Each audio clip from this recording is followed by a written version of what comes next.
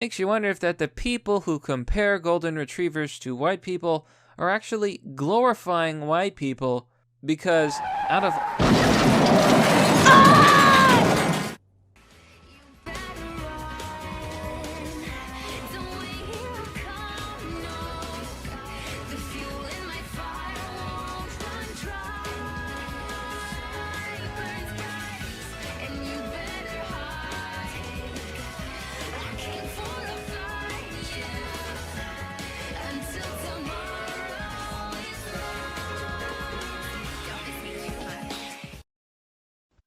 Hey, so quick disclaimer before I begin.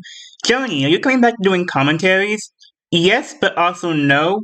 Honestly, I don't consider myself part of the slideshow commentary community, that branch of it that I used to be part in. I don't say this in an antagonistic manner. I'm just not really that interested in that particular brand anymore and want to do my own thing. Specifically, I'm shifting how I handle videos like this. For one, don't expect me to do anything like how I used to. No countdown covering or anything like that. No Pokemon related material. I can do videos myself on those topics. Specifically, my videos now be focusing more on topics I consider to be more uncomfortable. Racism, transphobia, maybe odd stuff if I feel like actually covering that type of stuff.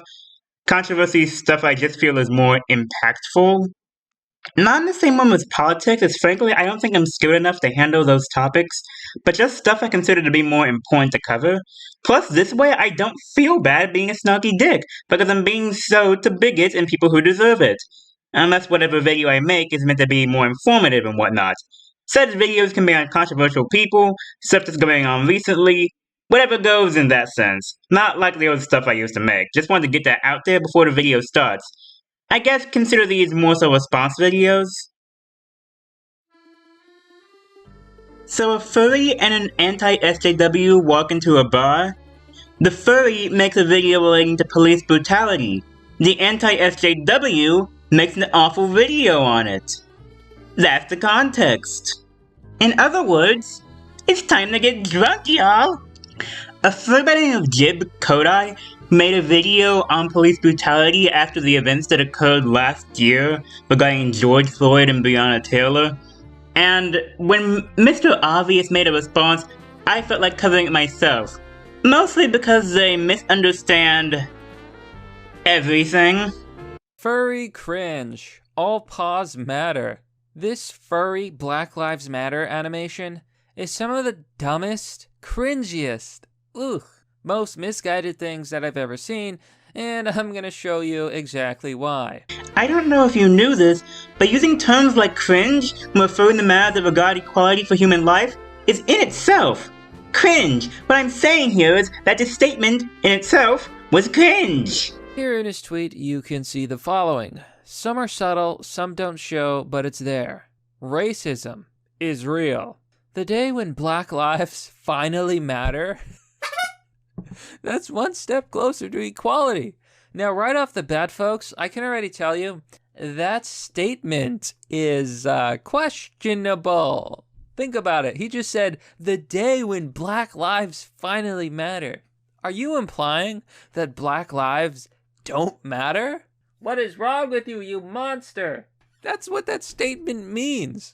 I have never seen anybody try to bend the truth or meaning of a statement so hard. Christ. Yes, the user is implying that Black lives don't matter, but not in the way that you're trying to say. Take a look at the statement in full. The day when Black lives finally matter, that's one step closer to equality. There's a few words taken into consideration here, specifically the whole one step closer to equality and finally. Furthermore, the statement above it ends with, racism is real. The fact that racism is still a common day thing means that yes, Black lives don't matter to some people because racists don't consider Black lives to be of value. Until racism is gone and police brutality, the main focus of the post is actually taken care of. Black lives don't truly matter. It's a statement that's meant to bring awareness to the fact that Black people aren't truly equal. It's not that hard to comprehend. But then, Obvious wouldn't be able to twist the meaning if he actually acknowledged that, right? There's a lot more to this, but I'm gonna be covering that later. And then this is where you start to see the cringe that is this animation and that is this tweet. It is so misguided, and in my opinion, this whole thing is actually racist. But we're going to look at the footage, we're going to examine this, we're going to break it down, and you probably will cringe. Oh, tisk tisk. You're implying that I haven't already through watching this. I'm warning you. But before we do that, if you're new to the channel, remember to subscribe. No!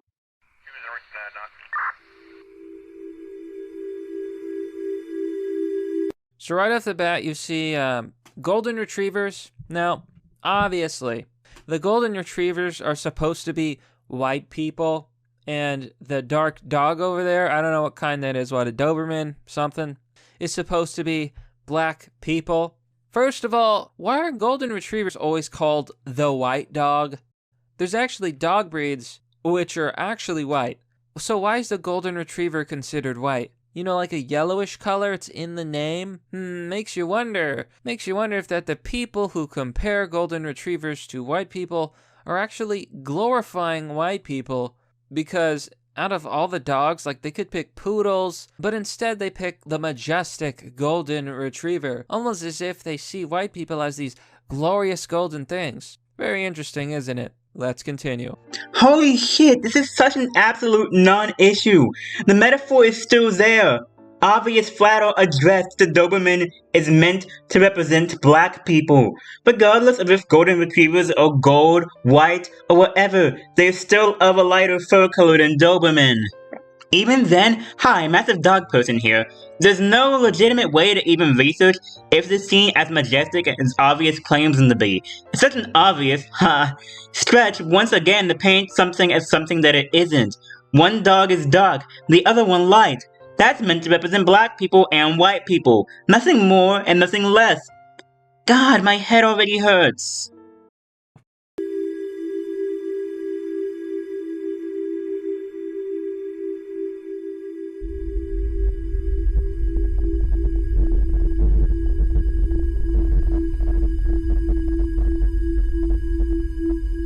So the police officer commits the capital crime of staring at the brown dog. And of course, we're going to see that this is just a horrible, horrible example of modern day bigotry. Ooh, yeah, this is when I get to go into teacher mode. Alright.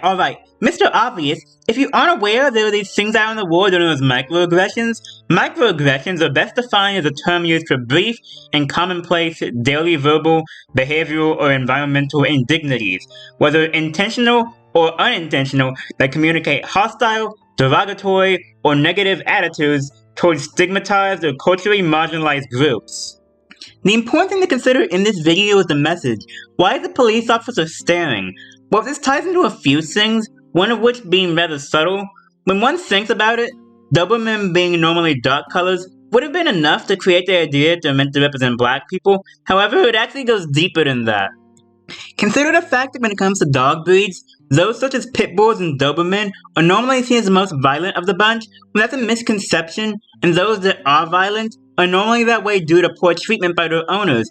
There's actually a really good article that goes more into depth about it, and I'm gonna link that in the description. The same can be said for black people, unfortunately. We're just seen as more violent, aggressive, and likely to commit crimes. Key examples point to this throughout history. Stop and frisk in particular over the past few decades, acting as a great example of how stereotypes and racism are still alive to this day. Now, when you think back to this video, yes, the staring is meant to encapsulate the same feeling. A white cop staring at the black dog because the scene is more likely to be dangerous. He's literally only focusing on the Doberman in comparison to the others. Why else would there be a reason to stare and focus on him specifically? It's not that difficult to understand. Also, I'm giving Obvious an F here for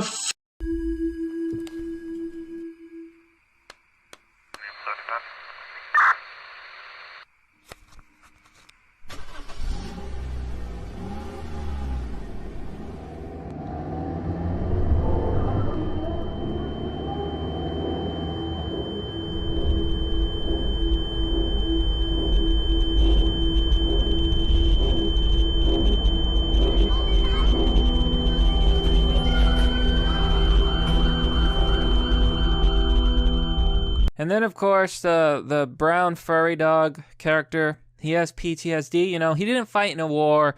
He didn't go to the battlefield. He hasn't really suffered in his life. No, he grew up in a majority golden retriever neighborhood, and it's been so oppressive, and it's so disparaging.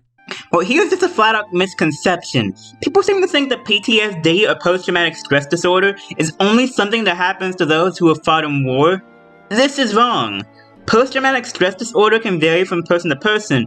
For some, it can be of being in an abusive relationship, getting groomed, having a loved one die. Shit! That's what the true meaning of the word triggered means. Somebody having a reaction to something that triggers their PTSD.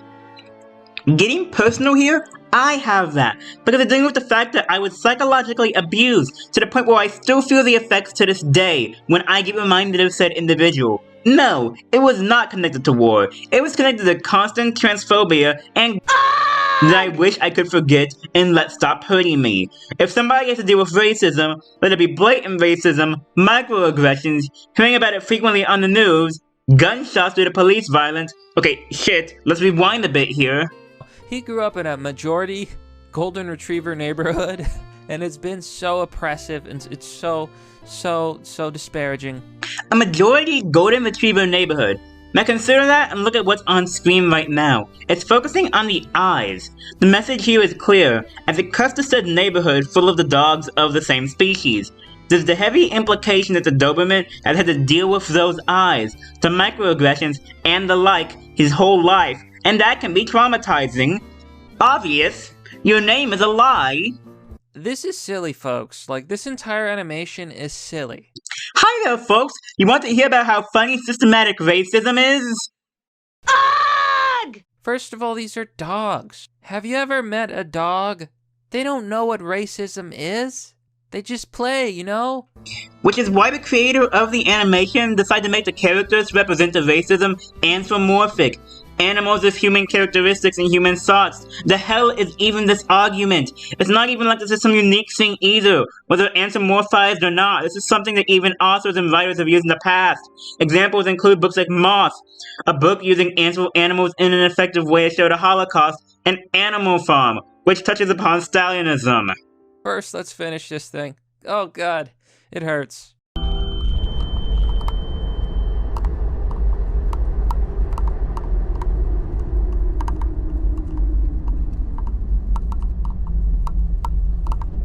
So first of all, guys, do you see the shaking cup? What do you think it's meant to represent? Well, apparently, according to the creator and the interpreters of this animation, it represents the fact that the brown dog is poor. He doesn't have money, so he cannot afford the soda, so instead he got a water. You're honking your own clown nose there, buddy. But actually, this is something that I originally had trouble thinking of myself. However, I couldn't find any statement from the creator that was the message. And as the one trying to make a point here, it's Obvious's job to supply his audience with said proof. However, then it hit me. With there being nothing to support that statement, there's various ways to interpret what it's meant to represent. For instance, one could easily see the cup as rattling and representing the dog's mental state, representing how the retrievers clearly aren't as rattled as said Doberman, because they don't have to deal with the systematic racism in the police. It could just be representing how the Doberman doesn't feel like he fits. There's various ways to consider what it means. However, implying that all black people are poor. I gotta tell you, is this furry not a blatant bigot? He just chose the option to make his statement that the video is in and of itself racist look better when no, he's just a buffoon. First they said black lives don't matter yet. Then they compared human beings to dogs. And now they're saying that black people are too poor to afford a soda? It's a freaking analogy. Oh my god, even then, if the cup there was meant to symbolize money, there wouldn't be implying that all black people are poor. It would be showing that there's an income inequality between those of different races. Oh, and thanks to my script checker who linked me quite an interesting article in case you want to deny that, I'd advise giving that a look, okay? Really? If I was a black person and I saw this animation, I would be offended. Look, just saying, this video is painted in such a worse light with this statement, with the creator not being black, because it means you have a lot of privilege going into this topic, and therefore won't understand it nearly as much as the minorities that this video was meant to represent.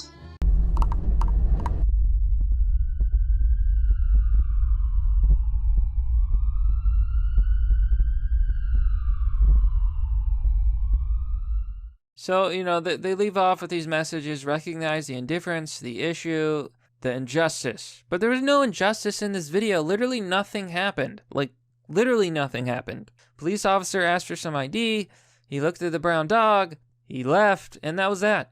Literally that. Like, nothing actually happened. Look, if the brown dog is feeling bad because he was bullied one time as a child, big whoop. Lots of people got bullied as a child.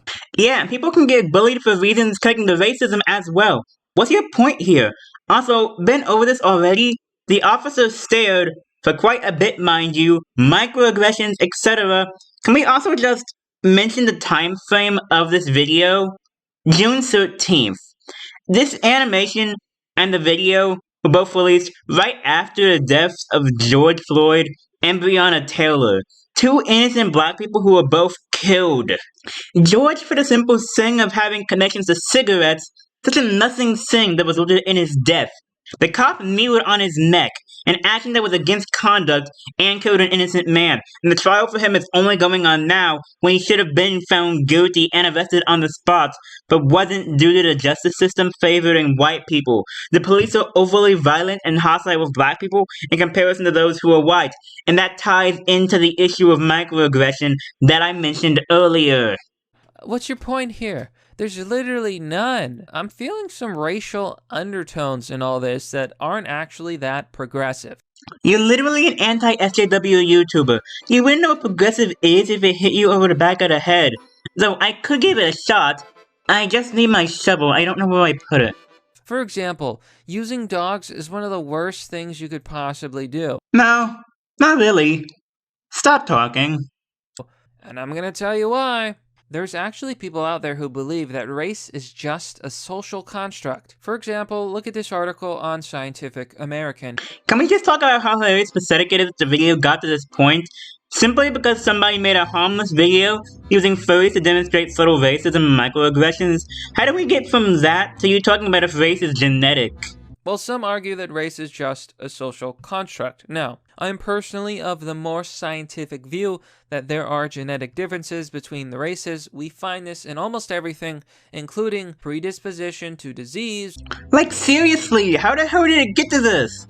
Well, actually, wait, no, hold on. Now, why am I mentioning this? Why are we talking about science and race and all this? Well, it's because, specifically, this furry is comparing human races to dog breeds. Now, there's nothing dumber you could do, because if you're going to compare race to dog breeds, then you're basically saying that you believe that there are biological differences between the races and that race is not a social construct. Actually, what's the problem here?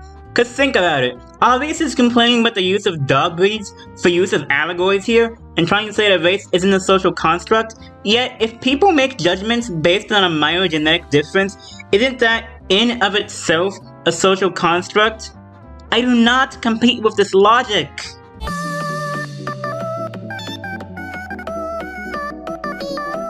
I just feel like this is a really, really misguided person and misguided animation. Human beings are obviously not dogs. So I want to take a look at some of the responses to this because apparently people loved this video. It got 1 million views. Here you can see on Twitter it got over 70,000 retweets and 170,000 likes. Hakura says, nice animation, but really bad propaganda. And I have to agree, this video absolutely fails as a sort of convincing video. It really does. The disturbing part is all the furries in the responses saying, whoa, it's not propaganda. This is real life. First of all, in real life, humans are not anthropomorphic animals. In real life, humans are human. Man, for an anti-SJW, you're sure taking this so seriously. It's almost like you're a snowflake to these issues. Yes, that's the most creative thing I could come up with right now. This is just so stupid. No duh, we're not into animals. Sadly. But that means nothing in the grand scheme of things. It's real life. Yeah, because the video represents an issue that's ongoing today, people can feel it through these characters, because no surprise, it's a racism message. Shit, well the analogy of the movie sucks, and that's a topic for a whole separate video. That's a big reason why people praise Zootopia, because that whole movie was meant to be an entire subject about prejudice, race, and bigotry. Simply because it's not humans, it doesn't mean the message isn't there, or worse. Oh, but I know. Let's have the retrievers shoot the Doberman down. Have their friends screaming for life as they cry out for help, for nobody to come, and reminding the audience watching this about how hard and cruel cops are to black people, huh? That's clearly what's the best after all, since nothing happened. I know it's shocking, but this is how it is, folks. As much as I would love to have like a dragon dong, as much as that would be great, and have wings and fangs, and burn down villages and sit on piles of gold, as much as I would love to do that, that's not real life. What you really are dealing with here are people who are paranoid. They think the whole world is out to get them. You see, these people have a victimhood mentality. Oh, shut up. When the target of the video and the main topic is racism, police brutality, and how it targets minority groups, and how you mention how there's a lot of people who agree with the video, lots, probably being us, the minority, who have had to deal or notice the racism going on themselves, referring to them as paranoid, or thinking that the world's out to get them is so incredibly tone-deaf and asinine. Notice your own privilege, you asshole. So when a cop stares at them, they think, oh my god, I'm being racially profiled. Whatever the furry equivalent is. Racially fur-priled? Huh? Was that good? I think we've had enough of your jokes. Nope, I can't take any more. I'm done. I am so freaking done. And here is another video showing why anti-SJW YouTube is the actual plague. Look, I have no really clever thoughts to end the videos like how I used to. All I'm gonna say is that I find it really ironic. This whole entire video, he's been trying to pull this out as if the video he's covering himself is actually racist in some form. Maybe, take a quick examination of yourself. I'm just gonna leave it at that.